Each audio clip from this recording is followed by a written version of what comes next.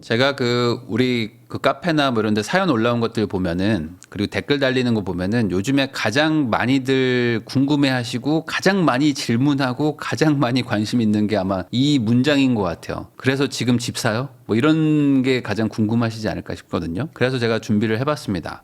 요즘에는요, 사실 이 집에 대해서 좋은 이야기가 없어요. 좋은 얘기가 아예 없고 지금 거의 집값은 떨어질 수밖에 없다라는 게 거의 뭐 대다수의 사람들이 막 얘기하는 것 중에 하나입니다. 제가 영상 댓글 같은 거를 이제 다 모아서 볼 수 있잖아요. 전 유튜버니까. 그러면 요즘 그 댓글의 거의 한 8, 90% 정도가 경제가 얼마나 안 좋은 걸 아냐, 뭐 이런 얘기를 막 달리면서 인구 감소가 얼마나 심한 줄 너 모르는 거냐 정말, 뭐 이런 얘기도 많이 달리고, 고령화 때문에 집 다 판다, 그리고 이제 우리나라는 다 끝났다, 이런 댓글들 내용이 참 많습니다. 제가 부동산 유튜버인데, 제가 이 부동산 유튜버로서 이 유튜브를 운영하는 게 제일 뭐랄까요, 좋다? 라고 느끼는 것 중에 하나가 이 댓글을 실시간 반응을 제가 볼 수 있다는 게 가장 좋은 것 같아요. 그러니까 뭐냐면 이 반응을 보면은 지금 이 매수 심리가 느껴지더라고요. 이게 좀 분위기 좋을 때랑 분위기 안 좋을 때랑 이 댓글의 어떤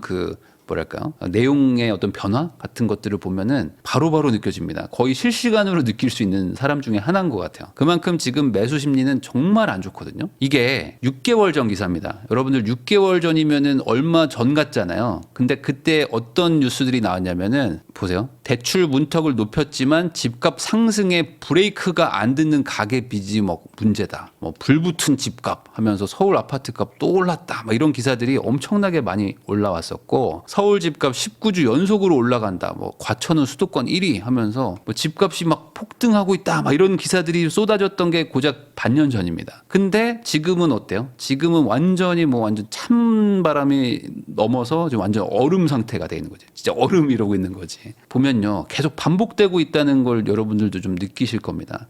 23년 1월 때가 이제 거의 최저점이라고 보거든요. 이 통계상으로도 보면은 그때는요, 지금보다 더 했던 것 같아. 지금보다 살짝 더한 수준. 반대로 얘기하면 지금도 23년 1월 그 최저점 수준까지 이 댓글 내용들이 거의 비슷하게 온 것 같습니다. 그때는 정말로 나라가 망할 거다라고 했어요. 나라가 망한다. 그래서 그때 뭐 헬리오시티 이런 게 14억 9천 막 찍고 했을 때, 이 둔촌주공 아파트 막 분양할 때, 야 14억 9천? 야 이것도 너무 비싸다.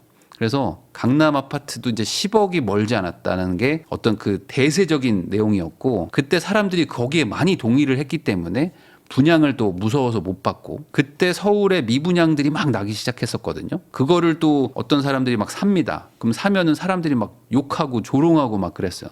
너 미쳤냐, 그걸 왜 사냐 하면서 막 사지 마라, 너 그거 망한다 인생 하면서 했었던 때가 이제 한 2년 전이었던 거죠. 그러니까 보면은 2년 전부터 뭐 6개월 전, 뭐 또 막 한 1년 반 전 계속 막 온탕과 냉탕을 막 왔다 갔다 합니다. 이게 잠실에 있는 대단지 아파트들을 보면요, 가장 이 서울 아파트의 흐름이랄까요? 이거를 가장 쉽게 느낄 수 있는 부분이 있거든요. 제가 그래서 하나 가져와 봤습니다. 이 5,563세대인 리센츠 아파트라고 잠실에 있는 건데, 여기가 이제 대단지고 서울에서 그래도 뭔가 강남 수문장 같은 아파트예요.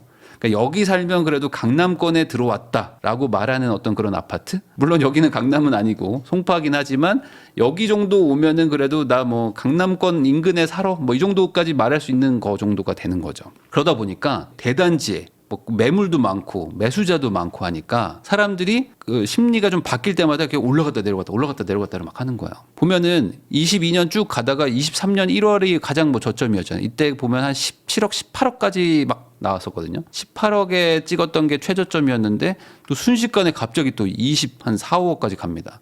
24까지 갔다가 또 대출 규제하고 막 하니까 다시 또 쭉 빠져가지고 다시 또 20억대까지 내려왔다가 지금은 이제 27억, 28억을 지금 얘기하고 있거든요. 그러니까 그만큼 이게 냉탕과 온탕을 계속 왔다 갔다 하고 있다. 자, 이게 왜 그럴까를 생각해 보면요, 이게 뭐 시대의 어떤 상황에 따라서도 달라지고요, 정책에 따라서도 막 달라지고, 한마디로 시황이 지금 막 획획 바뀌는 거예요. 그러니까 몇 달 뒤에 분위기가 지금하고 또 다를 수도 있어요. 왜냐하면 6개월 전에는 서울이 폭등한다고 하고 있었거든요. 자, 6개월이 지난 지금 뉴스 기사를 한번 보면요, 서울 집값 3주째 보합이고 10% 급락에 영끌족이 뭐 비명을 지르고 있고, 집값이 올리려면 뭐 바뀌어야 된다, 뭐 집을 살 이유가 안 보인다, 서울 집값 뭐 보합이다. 이런 얘기들이 막 나오고 있습니다.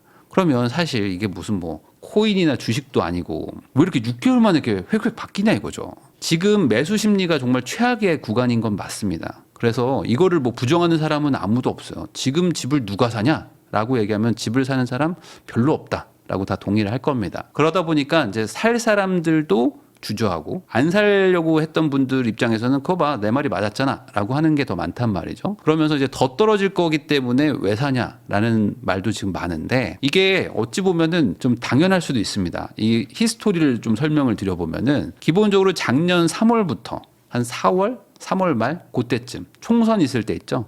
총선 있을 때부터 가격이 슬슬 올라가기 시작해요. 그러다가 4, 5, 6, 7에 가격이 막 올라갑니다. 엄청나게 빨리 올라갔어요. 그때 순식간에 뭐 19억, 20억 하던 아파트들이 24억, 25억이 돼버립니다. 반년 만에 20%가 올라버려요. 그러니까 엄청나게 빠른 상승인 거죠. 그러다 보니까 뉴스 기사들이 막 쏟아지기 시작하고 서울의 막 상급지들이 막 가격이 막 폭등한다 막 이런 얘기들이 나오기 시작하니까 정부도 이제 위기감을 느낍니다. 그래서 어떻게 하냐? 집값이 막 급등하니까 대출 브레이크를 막 걸기 시작한 거예요. 원래는 대출 금리를 가지고 조절을 하고 있었어요. 은행들이. 대출을 갑자기 너무 많이 받으러 오니까 이러면 안 되는데 하면서 금리를 막 올리고 있었는데, 이걸로도 안 잡히니까 정부가 야 대출해 주지 마. 전세자금 대출도 해주지 마. 야 1주택자도 뭐 대출해 주지 마. 막 이러면서 갑자기 막 막아버렸단 말이에요. 상품을 안 팔아버렸죠. 그러니까 이 분위기가 갑자기 확 꺾이기 시작합니다.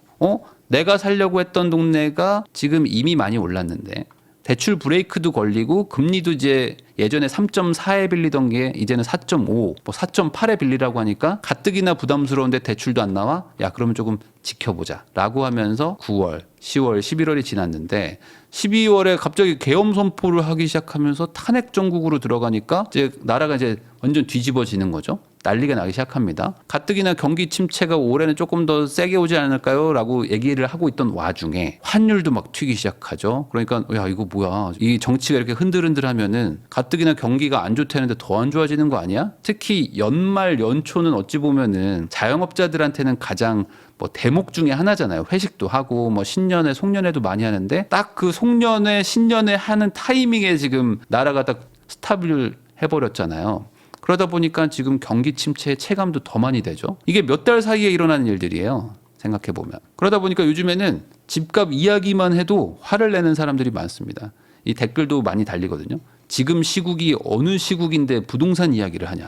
이게 뭐 나쁘게 보면 아주 나쁜 상황인 것도 맞습니다. 뭐 제가 이 상황이 나쁘지 않다는 얘기가 아니에요. 그러다 보니까 이제 경제가 안 좋아지고 있는데 뭔 재테크를 하냐라는 생각도 사실 뭐 이거 충분히 공감이 됩니다. 아니 경제가 안 좋아질 때는 뭐 쉬면 그만이지. 뭐 내가 재테크를 무리해서 할 이유가 뭐가 있냐라는 것도 충분히 맞죠. 근데 제가 아까 말했듯이 뭐 반년 전, 1년 전, 1년 반 전, 뭐 2년 전 이렇게 보면은 계속 냉탕, 온탕을 왔다 갔다 한단 말이에요. 그러면 과연 반년 전에는 없었던 일들이 지금 생기는 거냐? 그리고 반년 전에 있었던 일들은 지금 다 없어졌냐? 라고 하면 그것도 아니거든요. 반년 전에 여러분과 지금의 여러분들은 다 똑같은 사람이잖아요. 근데 사람들의 심리가 바뀐다. 이 반년 전에 상승 요소라고 말했던 것들이 여전히 있습니다. 뭐 없어진 게 없어요. 금리 인하 계속 되고 있잖아요. 금리 인하 되고 있죠. 그리고 신축이 부족하다는 거에 대해서는 여러분들도 뭐 동의를 하실 것이고, 분양가 상승 많이 한다. 앞으로 신축 지으려면은 뭐 공사비 거기다 뭐 금리 조달 비용 이런 것들 생각하면은 분양가는 계속 올라갈 것이다. 요즘에 뭐 잘 안 지으려고 한다. 똘똘한 한 채 쏠림 여전히 있습니다. 그래서 이런 것들도 있는데 문제는 요즘에 정치 이야기가 모든 사회를 다 지금 거의 뭐 잡아먹고 있다. 저는 이렇게 봅니다. 이게 뉴스를 틀잖아요.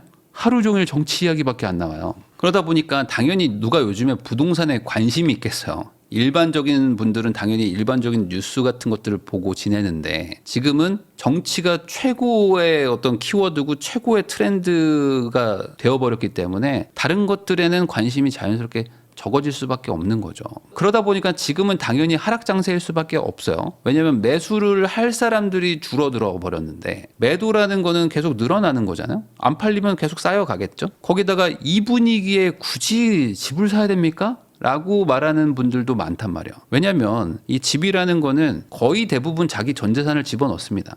뭐 돈이 아주 많으신데 뭐 한 20억 있는데 3억만 떼가지고 집 사야지 이런 분들은 저는 거의 못 봤어요. 대부분 본인 재산 대부분에다가 대출도 좀 일부 받아가지고 집을 사는데 이 정치적 불확실성이라는 게 매수를 되게 주저하게 만드는 것 중에 가장 큰 요소거든요. 정치적 불확실성. 그러다 보니까 지금 상위 지역들은 호가가 좀 유지가 돼요. 그리고 살 거면 사시고 말라면 마세요라는 얘기들이 좀 나와요. 그리고 거래가 되는 것들이 보통 요즘에 15억이 좀 넘어가는 집들 그런 집들이 좀 거래가 되거든요. 그러면 이게 왜 그럴까를 추정을 해보면 뭐 여야 상관없이 어차피 뭐 여당이 되든 야당이 되든 상관없는 그런 물건 하나로 소위 말하는 똘똘한 한 채로 가면 그나마 안전한 거 아닐까라는 생각에 그걸 가지고 있는 분들도 그래 이거 팔아서 뭐 어디가 하면서 이제 들고 계신 거고 호가를 유지하고 있는 거고 사는 분들도 정치적으로 불확실하지만 이건 확실한 물건 아닌가라는 생각에 사러 가시는 것 같아요. 여러분들 이 정치적 불확실성이라는 게 어떤 느낌이냐면 이게 작년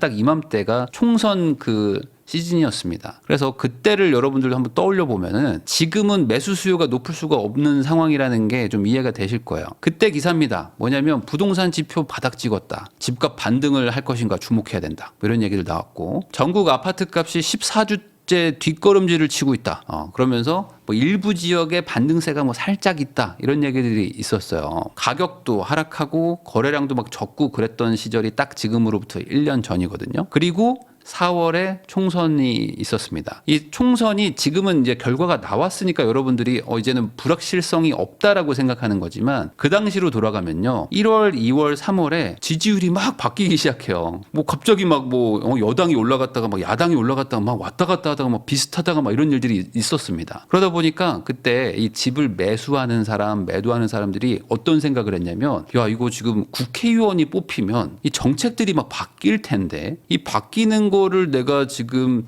미리 예측이 안 된다. 그러니까 이거 어떡하지? 정치적 불확실성이 확실해지면 그때 가면 집을 사야 되는 게 맞지 않나? 라는 생각을 했었을 가능성이 높습니다. 그래서 실제로 1, 2, 3월에 대출 규제도 좀 풀리는 와중이지만 거래량이 막 그렇게 많이 늘지 않았었어요. 그래서 보면은 24년 1월에 2,700건 정도 하다가 3월 달에 이제 4,000건으로 늘어나거든요. 그러니까 이제 그때 제가 추정하기로는 지지율을 보면서 사람들이 좀 사러 갔던 것도 분명히 있었을 겁니다. 뭐 팔려던 사람들도 있었을 것이고 그러다가 4월에 딱 총선 끝나고 나서부터 가격이 쭉 올라가는 게 이 거래량 증가랑 같이 일어나거든요. 그러니까 이게 정치적 불확실성이라는 게 끝난다는 거. 그러니까 이제는 정책은 명확하게 보인다. 그러면 이제 물건을 살지 말지만 판단하면 되겠다라고 생각해서 어찌 보면 여기에 있던 분들, 여기서 살려고 했던 분들이 여기 와서 샀다고 저는 생각합니다. 그러다 보니까 이렇게 두세 달 만에 갑자기 거래량이 2배로 막 늘어나는 거죠. 그리고 나서 바로 대출 규제가 딱 터지면서 쭉 이제 거래량이 빠졌던 거죠.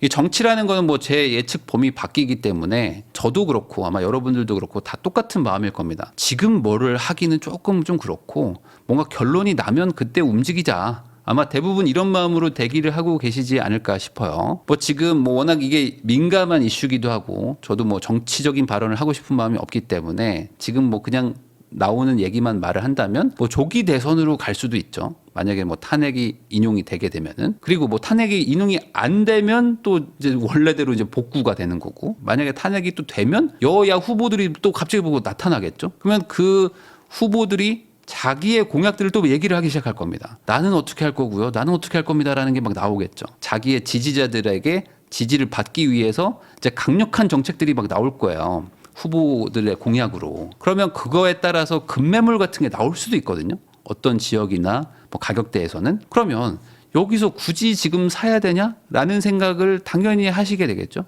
그리고 반대로 야, 지금 아직 내가 뭔지 모르는데 지금 팔아야 되냐라는 생각을 둘 다 할 수 있는 거죠. 그러다 보니까 지금은 거래가 잘 되지 않는다. 저는 그렇게 생각합니다. 거기다가 지금 전세를 사는 분들도 우선 조금 더 지켜봅시다. 라고 생각하는 게 좀 타당하겠죠. 왜냐면 이제 기존에 전세 만기됐던 분들, 뭐 23년도, 22년도 이럴 때 계약하셨던 분들이 이제 막 만기되는 거잖아요. 그러면 이런 분들 입장에서는 어차피 뭐 지금 만기가 됐는데 계약갱신 청구권 쓰고 좀 있다가 상황 봐가지고 집을 사야 될 것 같으면 그때 돈 돌려달라고 하고 3개월 뒤에 돈 받고 나가면 되지 뭐 라는 생각으로 연장하고 있는 분들도 있을 것이다. 부동산 시장은 특히 이제 내 집 마련, 특히 아파트, 서울 아파트 쪽은요, 이 매수 자금이 있는 사람들이 시장의 분위기를 결정을 합니다. 그래서 어차피 내가 이 집을 못 사는 분들도 많아요. 왜냐하면 실제로 집값이 너무 비싸거든요. 지금 평균이 거의 9억, 10억입니다. 그러니까 우리나라 이 순자산 제가 그 통계 같은 거 보여드렸잖아요. 그러면 절대 이 집을 사지 못하는 국민이 거의 반이 넘어요. 반이 뭡니까? 더 되죠. 그러니까 현실적으로 이 서울 아파트라는 거는 전 국민으로 봤을 때 상위 한 20% 정도 되는 그 나름 자산을 가지고 있는 상위권인 사람들이 산단 말이에요. 그러니까 그 사람들이 지금 분위기를 결정하는데, 근데 이분들이 부동산과 정치의 상관관계를 모르는 분들은 아닐 거라고 저는 생각합니다. 왜냐면 그 전에 뭐 몇 년간 이 정치가 부동산에 어떤 영향을 주는지를 그 누구들보다도 더 체감을 많이 하셨을 거예요. 특히 서울이나 수도권 거주자들은 전세가 막 급등하기도 하고 풍선 효과가 막 생긴다고 하면서 갑자기 우리 동네가 막 1억, 2억씩 올라가는 경험들도 해보셨기 때문에 말이죠. 이 정치 상황이 종결될 때까지 약세장 분위기는 계속 이어질 것 같아요. 그래서 뭐 지금 뭐 헌법재판소에서 뭐 판결을 지금 하려고 지금 심의를 하고 있죠. 그러면 뭐 짧게는 뭐 한 2개월, 뭐 길면은 한 반년 정도일까요? 뭐 그 정도면은 이래나 저래나 결론은 나지 않을까. 그럼 그때까지 이 미지의 그 기간까지, 이거는 뭐 현재 그 재판관 분들만 아는 거니까 그 미지의 기간 언제까지는 다들 그냥 얼음하고 있지 않을까라고 생각이 듭니다. 이게 이번 주 기사입니다. 뭐냐면 결국에 이 정치적 불확실성이라는 거는 아까 제가 말했던 총선처럼 시간이 지나면은 결론이 날 겁니다. 결론은 내야죠. 그럼 결론이 나게 되면은 어떤 일이 앞으로 남았을까? 이제 불확실성을 빼고 나면은 이제 상수들이 이제 남아 있겠죠. 정부가 발표도 했고 지금 여야 모두 똑같은 얘기를 하고 있는 게 뭐냐면 지금 경기가 안 좋다. 그러니까 유동성 공급을 많이 해야 된다라는 거를 여야 같이 얘기를 하고 있습니다. 지금 추경을 더 해야 된다. 뭐 민심을 잡기 위해서 뭐 경쟁, 뭐 조기 대선 대비 뭐 이런 얘기들도 여야 할 것 없이 얘기하고 있고, 지금 정치 금리 뭐 이런 얘기를 하고 있습니다. 그러니까 원래는 정부가 금리를 좀 내려 올려 뭐 이런 얘기 했었는데 이제는 정치인들이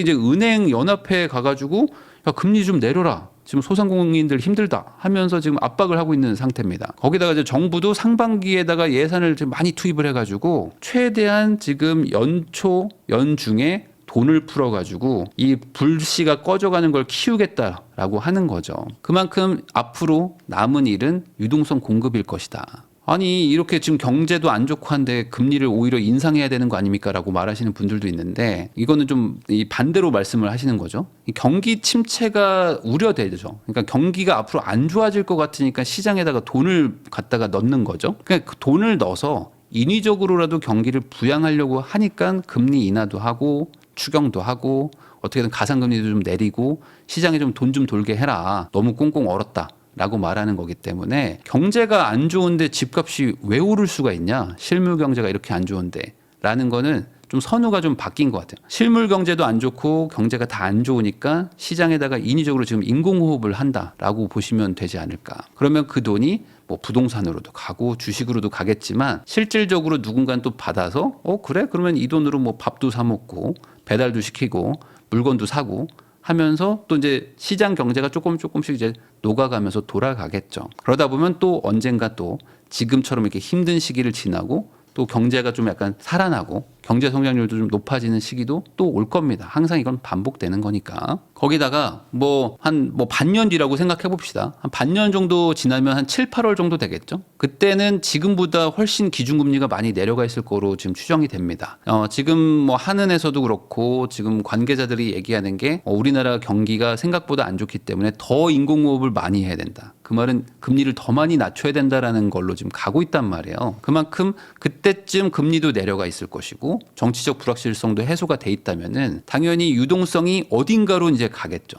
어딘가로 간다. 그럼 이게 어디로 가냐? 그게 문제인데 문제는 방향성이잖아요. 지금은 이 방향성이라는 게 그냥 무슨 깔때기처럼 하나로 딱 이제 꽂혀 있어요. 이게 문제인 거죠. 서울의 핵심 지역에 그냥 일방통행로로 지금 정해져 있습니다. 그래서 이게 유동성이 풀리는 것이 중요한 게 아니라 이걸 좀 다른 지역으로 이렇게 분산되게 뭐 모세혈관처럼 이렇게 뿌려야지만 사실 의미가 있는 건데 이 돈이 풀려서 부동산에 온다 그러면 저는 지방으로 갈까? 이건 잘 모르겠어요. 지금 이 구조에서는 안 갈 것 같다. 왜냐면 지금도 유동성은 계속 조금씩 늘어나고 있는데 이 돈들이 지금 다른 데로 안 가잖아요. 계속 지금 그 비싸다는 아파트를 계속 신고가 찍어가면서 30억에서 시작했던 아파트가 지금 60억을 넘어가고 있는 와중입니다. 그래서 이게 여유 있는 어떤 뭐 다른 걸로 돈 벌었던 분이거나 아니면 사업하는 분들이 이제 실거주 목적으로 난 그냥 여기서 살기 좋은데 라고 하면서 사는 분들도 있고, 반대로 대출을 또 받거나 뭐 투자를 해야 되는 투자자 수익률을 생각하는 분들이 있다면 똑같은 아파트를 보고 지금 서로 판단이 좀 다른 것 같아요. 지금 가격이 비싸다고 저도 생각하거든요. 특정 지역의 그런 막 고가 아파트들 있잖아요. 그 소위 말하는 지금 똘똘한 한 채의 어떤 혜택을 온전히 받은 곳들, 그거 비싸다고 저도 생각하는데 이 지금 이 일방 통행로가 풀리지를 않고 있어요. 모두 다 일로 가라는 거야. 근데 또 유동성을 풀겠대. 그러면 저기가 더 갈 수도 있단 말이죠. 더 올라갈 수도 있잖아요. 그럼 이걸 사는 게 맞는 거예요? 안 사는 게 맞는 거예요? 여러분들, 이거는 각자의 의견이 다를 것 같습니다. 저는 투자자라면은 굳이 저거를 사가지고 뭐 벌어서 얼마를 벌지? 라는 생각에 저는 주저할 것 같긴 한데, 어차피 실거주를 하는 사람들 입장에서는 아니 그러면 저거 그냥 사가지고 내가 나중에 더 오르기 전에 사서 그냥 맘 편하게 살면서 내 사업하면 되는 거 아니야? 라고 생각하는 분들도 있는 거죠. 물론 이렇게 얘기를 해봐야 많은 분들이 공감이 안 돼요. 왜 그러냐면 지금 전 국민 5,200만 명의 전 국민이 있다 그러면 제가 말한 이 부분에서 그래 집을 사야 될까 말아야 될까 고민하는 사람은 한 1,000만 명도 채 안 된다고 봅니다. 1,000만 명도 채 안 된다. 왜냐하면 지금 서울이나 경기도에서도 일부 지역에서 이런 약간 온기가 느껴질 뿐이지 대다수의 거의 뭐 한 3, 4천만 명이 사는 지역들은 이런 온기도 느껴지지가 않아요 지금. 그러니까 뭔 소리 하는 거야 라는 느낌을 받으실 수도 있을 것 같습니다. 그러다 보니까 지금 집을 사는 게 맞을까요? 라는 질문을 누가 하면은 혹시 어느 지역에 사세요? 라는 거를 물어볼 수밖에 없는 참 이상한 상황이 돼버린 거야.